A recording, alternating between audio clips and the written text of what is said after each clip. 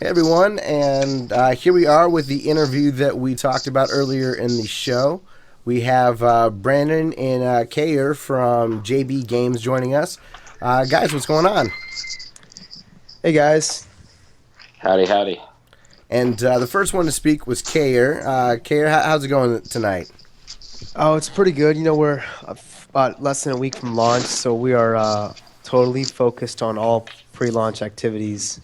Very cool. I guess what's been the most strenuous part of the pre-launch activity for you? Is it testing? Is it doing things like talking to idiots on podcasts? What's kind of been the grind for you? No, this is actually a refreshing break from the day-to-day. I just think the main thing for pre-launch is with development, we have a lot more control. We know what we want, and it's just like planning it out and getting it done. Mm-hmm. With pre-launch, a lot of it is it's not guaranteed. We're asking for people to cover us, to talk about us, raise awareness, and you know it's commitments essentially from other humans. So it's just kind of it's more challenging work because it's really trying to get other people excited about your game. And Sure. so there's not, you don't have a lot of control really. It's but it's fun because we get to play the game with other people and get their feedback, and so it's fun and it's also challenging at the same time. Gotcha. And Brandon, what about you? What's been kind of the toughest thing about the last week for you, or coming into this last week? Well, I mean, anytime you close out a game, typically speaking, the game's a total train wreck for like the first, 70-80% of development, and then it all kind of comes together. And when that happens, you got two things going on. You've got to go in and do balance to really figure out if the game is where you want it to be, and then aside from that, you also have to take care of bugs that crop up. And particularly, we just started our beta a little while back, and you start to get more eyeballs on the game, so you really start to find stuff that you just don't find when you have a handful of people in the game who are playing the game the way the game's supposed to be played versus just kind of going in and not knowing what they're doing, or maybe intentionally trying to break stuff because they think it's funny. So just really trying to get all of that going. And then also, as Kayer mentioned, we're kind of doing a lot of outreach right now, and we're a small team, and so for us, we're trying to do all the outreach ourselves as well. So for both Kayer and I, we've had to kind of wear a couple different hats and focus on things from development standpoint. And then there's also marketing and trying to outreach to the press and get everything going there. And it's just trying to juggle all of that, stay sane and get a decent amount of sleep is never easy. But it's also kind of worthwhile because, like Kayer said, we're finally getting people in to play the game, and so far the feedback's been really, really solid. I mean, I think it's been above our expectations, so that's a good feeling. I mean, we tend to be our biggest critics. So for us, it's always this could be better, that could be better, and to get people in and just have them, enjoy the game is a reward in and of itself. So taking that stuff in stride and staying focused and still telling each other that we suck and that we have to work harder is definitely the toughest thing right now. Yeah, and the game that we are talking about right now is a game called Devil's Bluff. So we will get into the gameplay and objectives and all of that stuff here in a little bit. But Dustin, why don't you tell them about our the tradition that we have here at Classic Elite when it comes to interviews? That we forget to hit record and have to do it all over again? Well, that does happen from time to time. Not this time, no. But I can confirm we are recording right now, so we're in good shape. Well, you screwed it all up then, buddy. I know. The good stuff comes at take 5, right? Yeah, that's right. Yeah, before we kick off, can you guys give us an idea of what was your first gaming system, and what was your favorite, maybe what your favorite genre was growing up? Okay, are you first? Sure. For me, N64, and I'll just say GoldenEye. I think that's my favorite game of all time. Awesome. We got some young guys, Justin. Yeah. Well, not so fast there, Trigger. My very first gaming system was actually the Atari 2600, and my favorite game of all time is probably Tetris on the original Game Boy. Oh, What a good that was like the first time that my parents understood why I really loved video games. Was when they had Tetris. They were like, "This is amazing." They would play my Game Boy all the time. There you go. I remember my mom telling me that she used to dream about blocks falling. She's one of those people that played it so much. Oh yeah, I had the same problem. They could get like crazy high, like level 15 or something. I just remember the blocks falling so fast.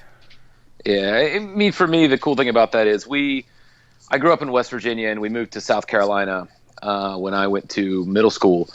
And so I had an older brother who's about 2 years older than me. And, like many siblings, we disagreed on the finer points of, being human to each other. And one of the things that we actually did manage to bond over was video games. And we took a lot of long car trips going from West Virginia and South Carolina and back just to visit family. And when I got that Game Boy for my birthday, we would just have tournaments on the good 5.5, 6 hour car ride where we'd play the game back and forth, and it was a lot of fun. Nice.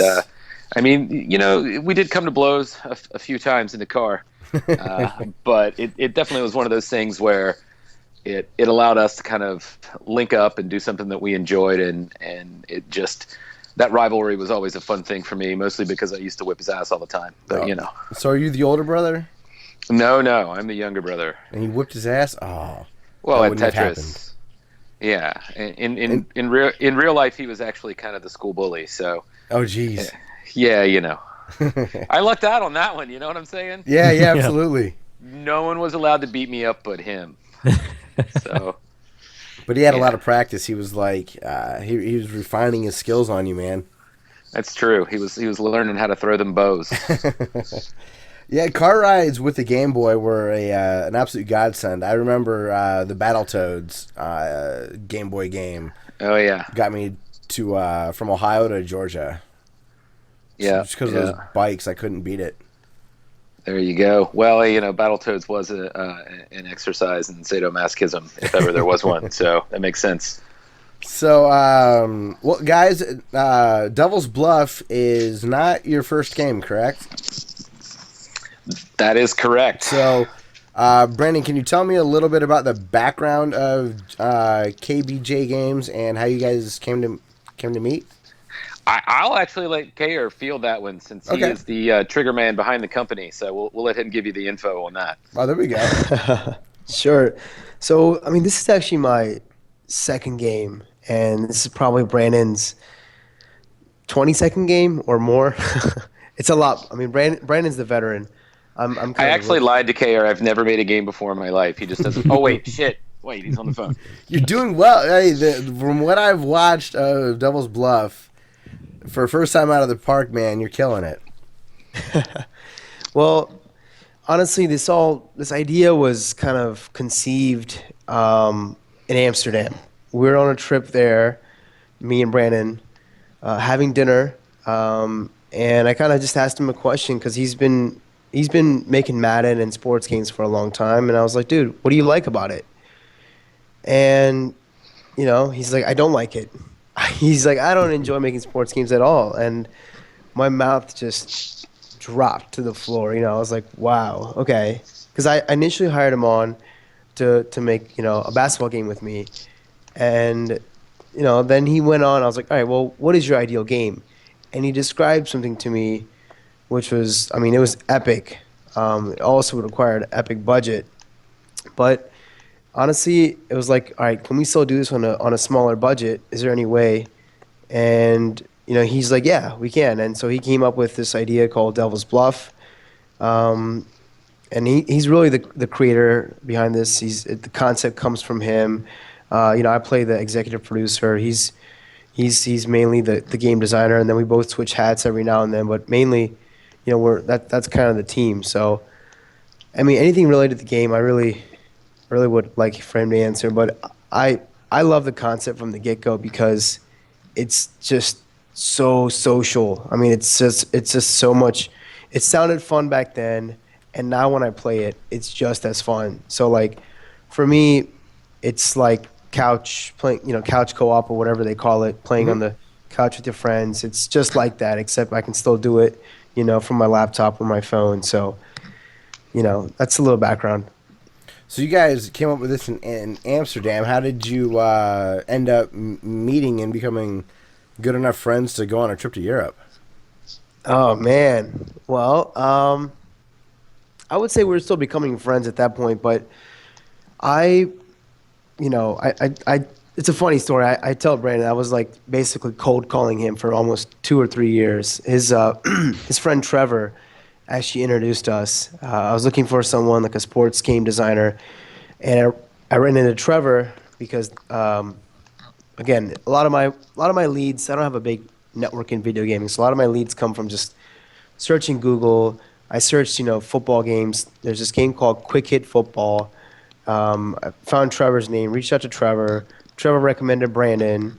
I mean, it's very much this like 6 degrees of separation type of thing, and like email Brandon, over the course of 2-3 years, and then finally, I think he became available, and he was only 2.5 hours away, which is crazy because, I always thought I'd have to find someone and go out to L.A. or San Francisco, but he was available at the time, and he was in West Virginia. I drove down to Huntington, and we just had a meeting and talked about this basketball game. And then in the midst of this, we got an email. Somebody wanted to fly us out to Cologne, Germany for a special one-night dinner with Rovio, the maker of Angry Birds. Yeah. And I was like, yeah, I'll come as long as I can bring one more. And they're like, all right. So I called Brandon. He's like, I'm down. I'm like, all right, sweet. And then, I mean, that's kind of how it all started. It's pretty crazy, actually. That's awesome. So basically, Kayer is a professional stalker, and he wore me down. That's you can sum that story up pretty quickly. Sorry, I lost my voice on Sunday, so. He yells at me a lot. That's what happens. Was it from the Bengals getting to 6-0? It was, man. It definitely was. That's exciting. Who dey? Yeah. Yeah, I'm a Lions fan, so we're I'm having sorry. a rough one. Yeah. Yeah, I went a couple. Cincinnati still won, of course, because it's Detroit. But I went to the Bengals Lions game a couple years ago when they played at Paul Brown. It was fun. I love Cincinnati. Man. Yeah, I love Detroit. I've been there a couple times. It's underrated. Underrated, yeah, definitely. Yeah. They're doing some neat stuff around some areas of Detroit. It's still pretty scary, but for the most part, you can get in and out of there all right. For sure. So, what do we got next, Dustin? So, Brandon, can you tell us about, like we've been talking about it, what's the gameplay of Devil's Bluff? Like, what's the objective? Well, at its core, Devil's Bluff, as it was originally pitched on that substance abuse filled evening in Cologne and Amsterdam, was wanted to make a game that kind of did something different with online connectivity. I mean, there's plenty of first person shooters and racing games and fighting games and real time strategy games and glorified Facebook games that people call World of Warcraft. But at the end of the day, I felt like it was past time for us to do something different with online tech, and I really love the early days, not now, but the early days of reality TV when they were really about, strangers being sort of forced to cooperate and then eventually compete. Like I remember watching the first season of Survivor and watching Richard Hatch form this alliance with these people and ride them all the way to the end and then stab them all in the back. And that was it was such an entertaining thing. It was good television. And then you had things like The Mole that did something similar, and Big Brother, and I just thought that was really interesting. Yeah, I thought you were going to talk about Puck putting his finger in peanut butter. No, I'm trying to quit. Thanks, though. Thanks for that vivid reminder. But yeah, just looking at all of that, like social dynamics are such an interesting thing in early reality TV, and when you think about online connectivity, Kayer mentioned couch co-op and how people used to sit next to each other and play. And for me, like, my brother and I, we always did. And then I moved away. I moved out to California to start working in games, but we still played games online together. And we sort of still had that rivalry and cutting up with each other and everything. But, that's more just about friendship and recreating that couch co-op experience. But I sort of felt like we've had the tools to make social dynamics a larger part of games for a long time, and I just wanted to make a game that did something different. And I always used to love playing board games with my family, and Clue was one that we played all the time. And that idea of like a murder mystery and who can you trust, and that idea of backstabbing I mentioned earlier were all kind of things that I've always wanted to bring into a game. And like Kayer said, we had this idea for something much broader that I still hope to make someday. So buy like 50 copies of Devil's Bluff a piece, all you listeners, and help me make it real. But basically, I felt like we could make something that took that sort of betrayal and backstabbing element and turn it into a mechanic. And murder mystery is a perfect place to do that. So the idea kind of came from that and developed into what it is today, just based on the idea that you're going to be in this mansion on Halloween with a bunch of people, and then somebody pops up dead. And we had this whole idea of a Halloween party. Everybody's in costume, and they're doing a scavenger hunt on Halloween with their friends. And then when somebody turns up dead, the killer basically says, whoever finishes the scavenger hunt first wins, and then everybody else dies. So you're on this mad dash to finish before you get killed, but you can work with other people and try to capture the killer. But the killer's stronger than everyone else, so it takes cooperation.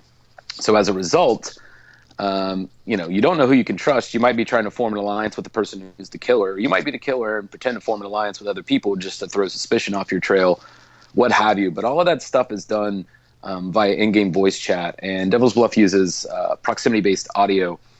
That blew me away when I saw someone playing that. Hearing somebody faintly talking to another person was so eerie. It was so cool to watch. Yeah, I mean that's a great example of something that, like, honestly, we could have been doing since the days of the Xbox and the PlayStation 2, and very few games have done it. One of my favorite competitive multiplayer games is the SOCOM series, and they've had that in the game for a little bit now. But it was always funny to me. They had push to talk because everybody was on their comms, just like real military types. But your player also emitted a certain amount of sound based on the noise you were making. Mm-hmm. So there were these instances when I would play the game where some jackass would be like bumping music in the background, and he'd be like standing on the other side of a wall, and I could just hear like Tupac, like reverberating from the other side of the wall. So I'd be like, well, okay, then I'd toss a grenade over the wall and I'd kill him. You know what I mean? And that was one of those things where it's just like you have to be careful about how much noise you make and what you communicate, because if somebody was talking over the comms and they were close and you were hiding, that gave away their position. And I just thought that was fascinating to me, because like games don't really do that, and I don't know why, because it added so much to that experience and made me enjoy it so much more than most other shooters on the market. And when I thought about what that could do for a game like this, a lot of those ideas just naturally flowed from that. Like the idea of, I watched Scooby-Doo when I was a kid, and they always ended up in these crazy houses that had secret passageways, and invariably Shaggy and Scooby ended up in these secret passageways, and they're like looking through portraits and spying on people. And there was a movie back in the 80s starring Don Knotts and Tim Conway called Private Eyes, set in the Biltmore house. And I love that movie. And then later in life, and when I was in middle school, I lived in South Carolina. Biltmore House is in North Carolina. I actually got to go to the house, and I watched the movie again. And it was a murder mystery, kind of a whodunit. Everybody in the house had reason to kill everybody else, and they were trying to get to the bottom of it. But that house was filled with secret passageways and trapdoors and all that kind of stuff. And I just loved all of that stuff so much. And when I first experienced that technology in SOCOM, I started thinking about how to use audio in that same way, and eventually it led us to this idea. But we've got that woven in. Like, you can hear people's footsteps if they, there's like a giant exotic bird in a cage, and if you mess with the cage, it might unlock a door or trigger a trap. But it also makes the bird squawk. So like, if someone's nearby, they could hear the bird and be like, "Oh, someone's over here." Is it a good guy? Is it a bad guy? And if it's a bad guy, it's like, "Oh, well, I know where that person is. I'm gonna go kill him." So it just added a lot to it. And when you talk about like the board game feel of the game, that was another thing for me. Games like Call of Duty have, particularly in multiplayer, there's definitely that rich get richer mentality in the game, where the longer you play it, the more stuff you unlock, the more powerful you become. But to me, I think the most elegant games from a balance standpoint have always been fighting games, especially well-balanced ones, or even sports games, which I've worked on. But that's the idea of this level playing field, and everybody has roughly the same attributes, and it's how you use what you have at your disposal versus you play the game a ton, so you've unlocked all these moves, so you're just better because they basically fake the idea of actual experience by turning it into a mechanic. But games like SOCOM, for example, they didn't really have a weapons upgrade system. It was literally just how good are you at shooting, and how well do you know the terrain. And I love that. And when you think about board games, it's the same thing. Clue didn't need like 50 maps. It was one board. Monopoly didn't need 50 maps. It was one board, Yeah, exactly. And in that sense, it's basically how well do you know the board? How well can you strategize? And how well can you react to things in real time and do things dynamically that are interesting. I love emergent gameplay. I used to love like Quake back in the day. The first time in Quake 2 I did a rocket jump, just blew my mind. And I love those type of mechanics. So I wanted to build a game that featured that kind of stuff. And everything that we put into Devil's Bluff has been to try and recreate those moments. We want people who play the game to have certain advantages because they do know the map and everything else, but everybody is the same speed. They all have the same kind of range of attack. They all have the same abilities. Nobody's faster and this guy can slap harder, or this guy has more health, or there's none of that. It's very level, and it's more about what you do with the tools you have. And because of that, we're just seeing so many interesting things in the beta right now in terms of, how people fool each other and the things they do. And that comes down to the mental side of the game. And that's, again, where I think gameplay could really be pushed. And it doesn't take like a $100 million budget and tons of marketing dollars. It literally just takes a dedication to doing that different thing and trusting in players to actually give it a shot. And as an indie, we don't have a ton of money for expensive tutorials, and we have a pretty steep learning curve, and it's a tough thing, but games are about, 8 to 15 minutes long. Mm-hmm. And after the first game, you kind of get it. After the second game, you definitely get it. But then once you get into kind of your third match, you start to not only get it, but start having your own ideas on how you're going to win, or how you're going to avoid death, or how you're going to kill everybody if you're the bad guy. Yeah. And that side of it to me is what makes the game so much fun. It's just that there's no right or wrong way to play the game. I mean, some people are all about deception. Some people are trying to speed through the scavenger hunt. And then there's some people who just run around slapping the crap out of everybody just to be a pain in the ass. The animation on the slap is hilarious. Yeah. Our animator, Andrew, actually has done a lot of fantastic games in his career, and we were really lucky to find him. Originally, he was doing some pixel art for us in the backgrounds, and we started looking at some of the other work he'd done and asked him if he'd be interested in doing some animation. He actually used to work on a lot of projects for Way Forward, if you know those guys. They did DuckTales Remastered and Shantae and all that. And he did do you guys have a lot of cutscenes? Hells no, there are 0 cutscenes in Devil's Bluff. Good, because I like a lot of Way Forward stuff, but man, they love fucking cutscenes. It's just to let the pixels get out there and do what they do. But all that is to say, the first time he did some animation, we kind of figured out, that's where his heart was, and I think it really shows in a lot of the animations that are in the game. So that was a big thing for us. But yeah. Like I said, emergent gameplay is something that's very near and dear to me, and just seeing how people play, they all have their different strategies, and what that leads to, one of the things that I always used to talk about that I still very much believe in, is that we played a lot of online games, and you know the troll, right? Mm-hmm. The person who comes in, they're like lobbing grenades in their own spawn, shooting their teammates in the back, or just running around. Tossing out racial slurs or cursing or saying inappropriate things to female gamers, whatever it is, right? The troll. And invariably, the internet is like this place where people can anonymously just be jerks to each other, right? Yeah. So part of it for me was I really wanted to build a game where kind of being a jerk, being the bad guy, was a mechanic. I mean, I remember Legacy of Kain when I was a kid, and how cool it was to actually, play the kind of the anti-hero, and that was a fun thing. But then after playing a lot of online games and dealing with trolls, it's like, I think the reason that is so rampant in online games is because there's definitely that desire to be a jerk and to muck things up, but in team-based games, that's not really the name of the game. So I also thought it would be a fun thing for us to try and create a game where doing that sort of thing was part of playing the game well.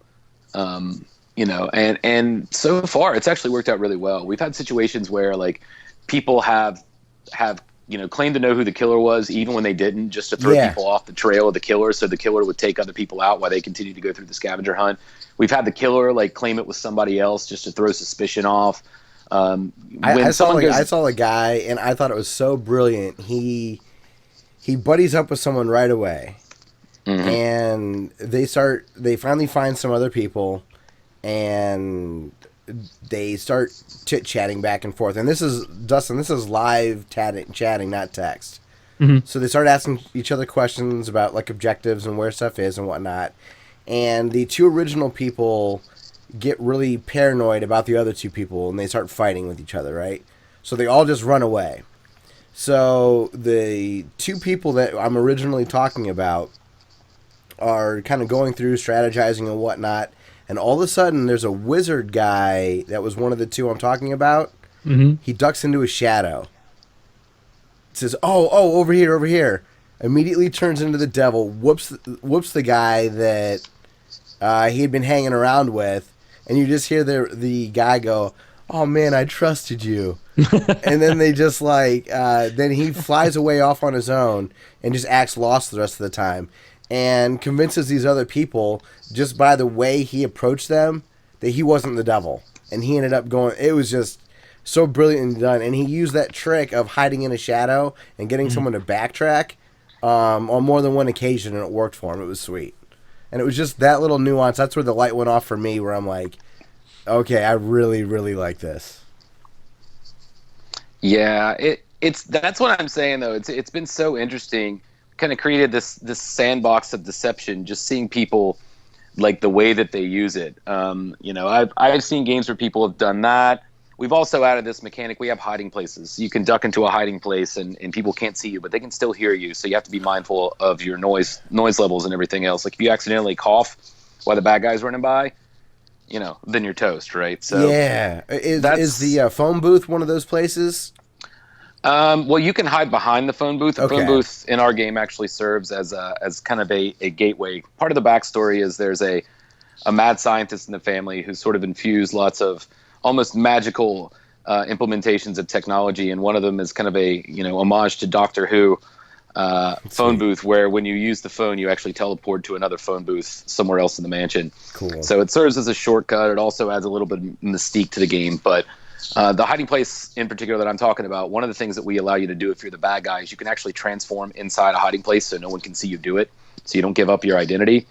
So it's kind of like Superman going into the phone booth, except Superman is Satan, which, I don't know what to say about that.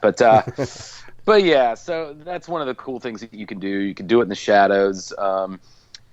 And just in general, there's been a lot of kind of deceitful things that have happened in those situations as well, which is really cool. But it's just sort of a recipe for seeing people take what you've made and use it in ways you never expected, and not only that, playing with our testers and stuff. It's like they put one over on me and Kayer all the time. Yeah. And we're pissed off about it in the moment, but then after the fact, it's like we're talking about it the next day, and it's really kind of become a point of pride for us that they're getting good enough and smart enough to even put one over on the people who built the game. And I think that it speaks a lot to everybody involved in the project and just how well things have come together for us because of the folks that we're working with. Absolutely.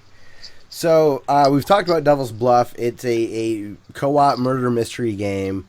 What platforms is this going to be? Is this going to be a PC only game? Is it going to come out on other devices?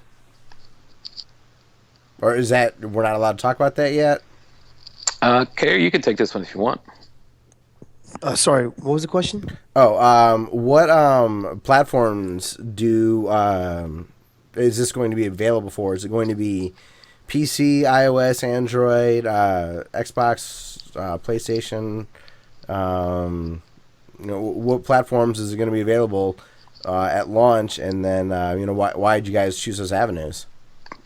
So we're really excited about this. We're going to launch on Steam because that was part of the promise we gave to our Kickstarter backers. So we want to make good on that. Sweet. It's also a Halloween themed games. So it really makes a lot of sense for us to launch this month. And then after that, we're going to quickly get to work on our next platform, which we haven't quite announced yet, but It's process exciting. development. It's exciting, yeah. And then I'll say this: the very last platform, which will come out next summer, will be mobile. We've already Ooh. had it running on our iPhones and our iPads, and as long as you have a good pair of headphones, it's fun. I mean, it really feels good, like to look at Yeah, all.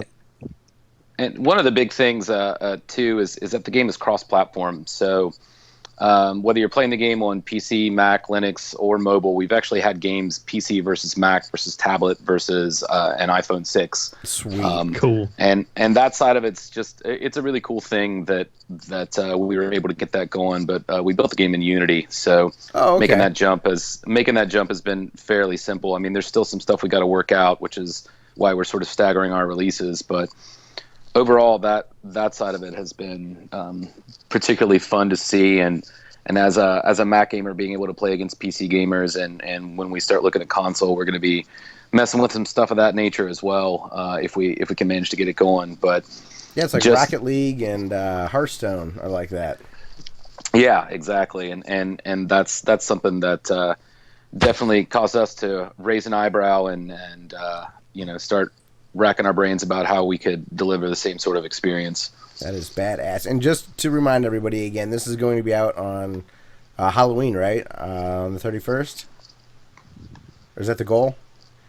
No, we're gonna be it's close. We're gonna be releasing this on the 29th of October. Oh, sweet. Okay, that's that Yeah. Thursday then. Yeah. Hey, Dustin, that's probably when I'll be trick or treating. Yeah. In my city here in Ohio, guys, we trick or treat on the Thursday before Halloween, and it breaks Dustin's heart because he's a huge Halloween guy, and he thinks it's sacrilegious to trick or treat on a different day. Well, it is. Satan's mad about it.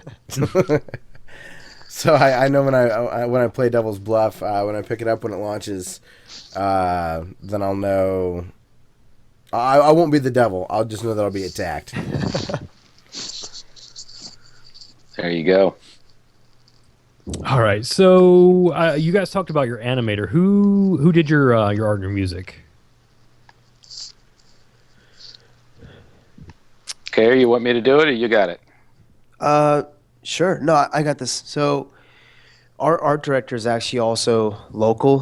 His first name just happens to be Art as well. Art That's Fote. awesome. Yeah, he's super cool guy. I mean, he's really, you could see like he's kind of cut from the same rug that the people at Pixar are from. I mean, he's that quality. He just happens to live, in Cincinnati area. So we're lucky. He's great. He really defined the entire style for us. And our music is done by Jake Kaufman. No who shit. did Sweet. Vert? Yeah, Vert. Dude, that's Yeah. amazing.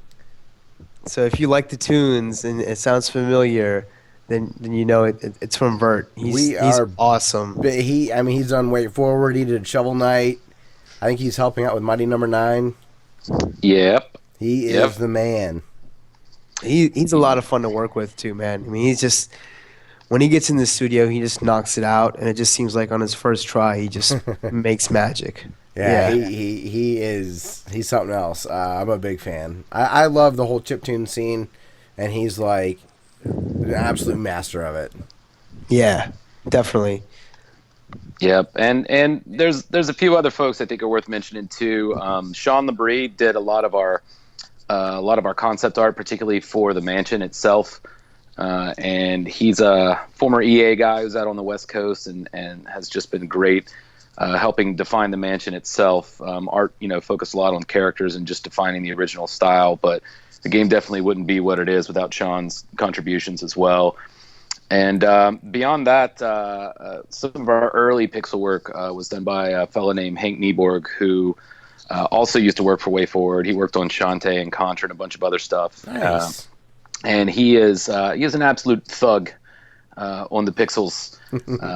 And then there's one more guy who's also local to Cincinnati who came onto the project a little bit later, Ryan Rosenau, who, if you ever go out to bars in Cincinnati and you see these awesome space age trippy rock and roll posters, Ryan probably did them.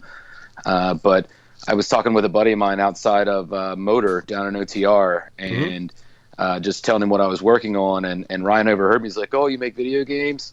It's like, I want to make video games, and I was like, well, what do you do? He's like, I do art. And I was like, well, do you have any samples of your art? Because we were looking for pixel people, and two of the posters that were in the window at Motor were his. And I was like, you ever done pixel art? And he's like, no. I was like, well, we'll give you a try and see how it goes. and he's actually ended up really coming through for us on that front. That's awesome. And just doing some great work. The graveyard and the sewers and the hedge maze and a lot of the basement ended up being Ryan's work. So I've been thrilled to have him come on and do so well, especially as another local guy. It's just cool to see the dev scene growing over here in Cincinnati for sure. And it definitely looks like he'll be a big part of that if he keeps going. Awesome. So some of the last questions we have here for you, we've gone a little longer than I promised you, so I think you guys are being troopers here. But I just wanted a little bit of insight, Care, into what the Kickstarter process was like. Was it really nerve-wracking, exciting, all of that stuff? What was that actually like?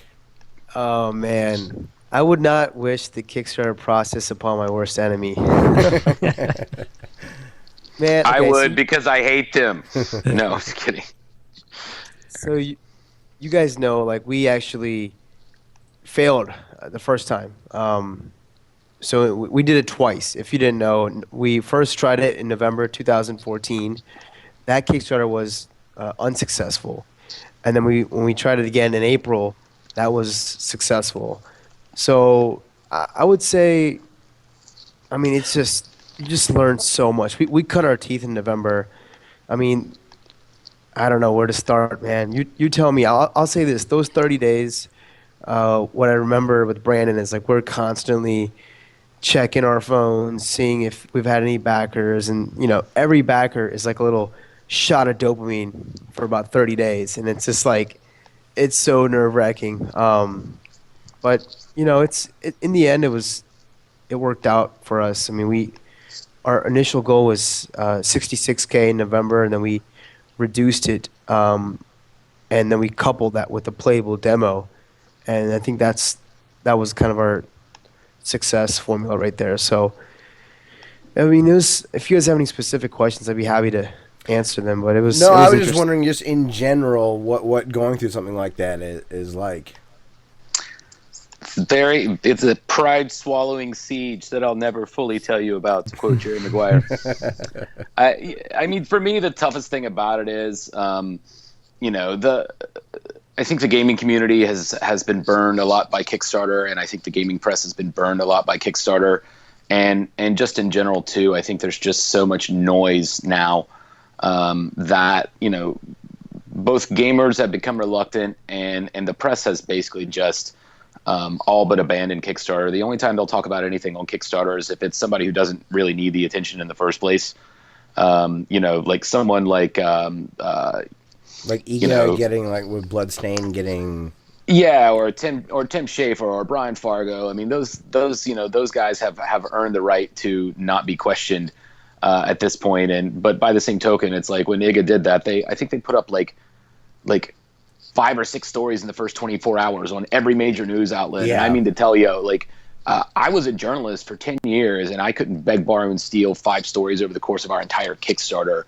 And that side of it was particularly tough. And I really wish there was a better outlet to get the word out about indie gaming, because honestly, whether it's indifference or a lack of time or just being burnt out on so many games promising people the moon and then not deliver, and it's really hard to get the word out about games. So definitely means a lot to us that folks like you take the time out to let us get the word out about our games, because honestly, there's a lot of great stuff going on in the indie community, and there's just not enough volume about it. And I think it's unfortunate, because it just results in people having to play the same old crap year in and year out. And somebody's been playing games as long as I have. It's like I want to make different stuff, but by the same token, people have to know what's out there. Yeah, absolutely. So, We're big proponents of indie games. Just for me, I can consume more types of games, so I really, really enjoy that.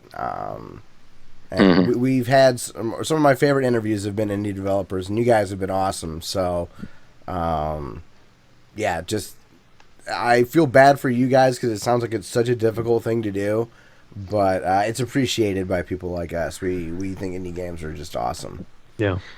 There's some stinkers out there, but you guys don't need to feel bad for us. I mean, at the end of the day, I think it's a tough road to hoe, no matter who you are. But I think the people that really want to bring something new and different to the market, it's not about the money. I mean, money would be great, just because there's more stuff I'd love to do, and I also like eating things that aren't ramen noodles. But I don't know, crack an egg in it, man. You'll be happy. Yeah, but I mean, at the end of it, I think that just allowing the market to challenge, what the status quo is one of the most important things. And I think anybody that's making an indie game, they have to go in knowing that should be their primary driver. They should do it because they love games, not because they're expecting the clouds to open up and millions of monies to rain down on their heads. Sure. So I definitely think for us it's a labor of love, and like I said, it's been great to see people's enthusiasm for the product, and hopefully that'll translate into some magic when we get a little bit further along. I think you got a good chance. From the videos I've watched, I think you got something there, especially with the way that the YouTube and Twitch communities have exploded. The game gets in the right hands, and I think you'll see just people get obsessed with it because it's just got a lot there. So, well, at this point, Care, have you been playing any games even, or have you guys just been obsessed with?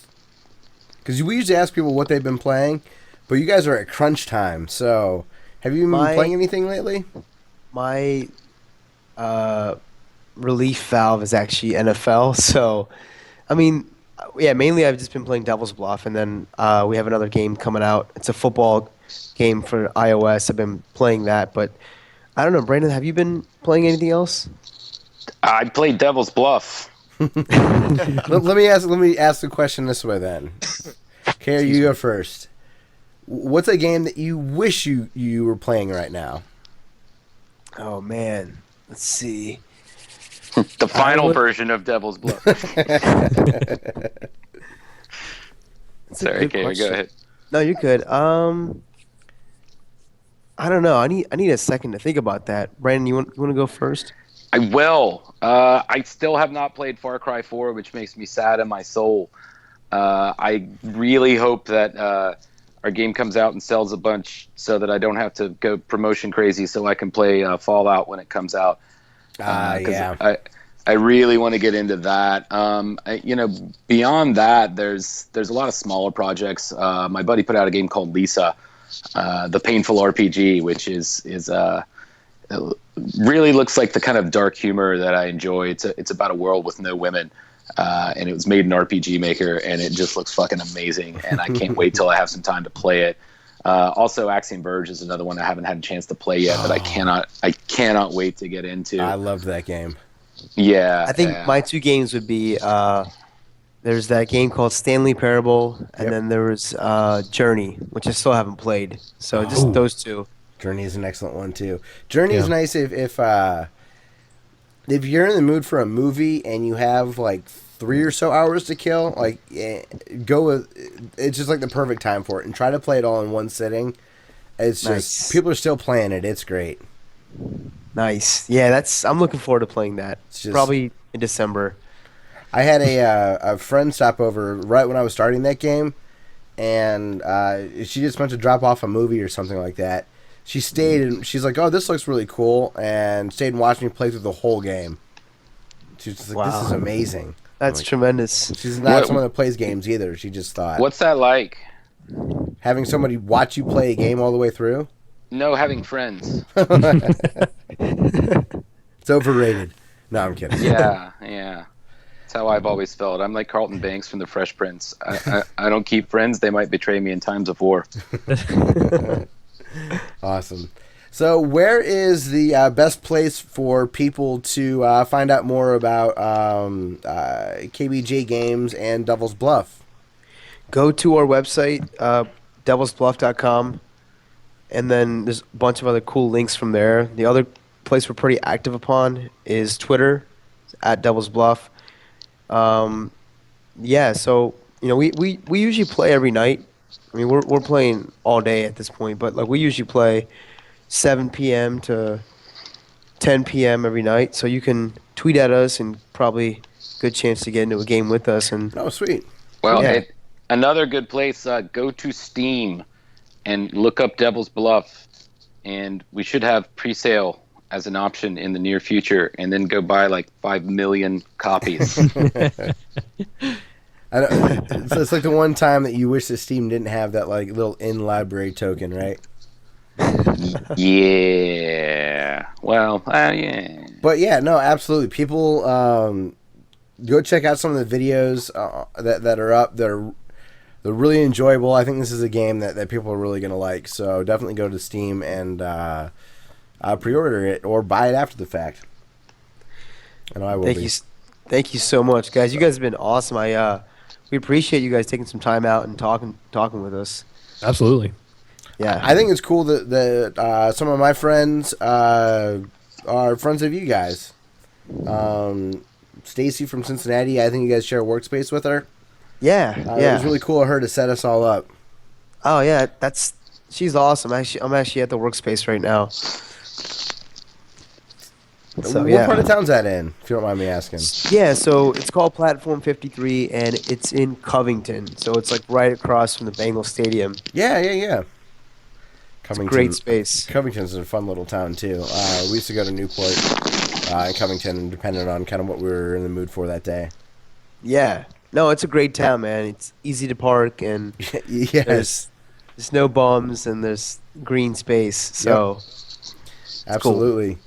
All right, guys. Yeah. Well, we won't take any more of your time, but I want to thank you both very much for coming on. It was awesome talking with you. And, everybody go to Steam and check out the game, or go to devilsbluff.com to get more information and check out some more information. So, guys, thanks a lot, and you have a good night. awesome. All right. Thanks a lot, Thanks, Scott. man. Hey, Appreciate you're it. welcome. And we will be back to finish episode 158. Cool.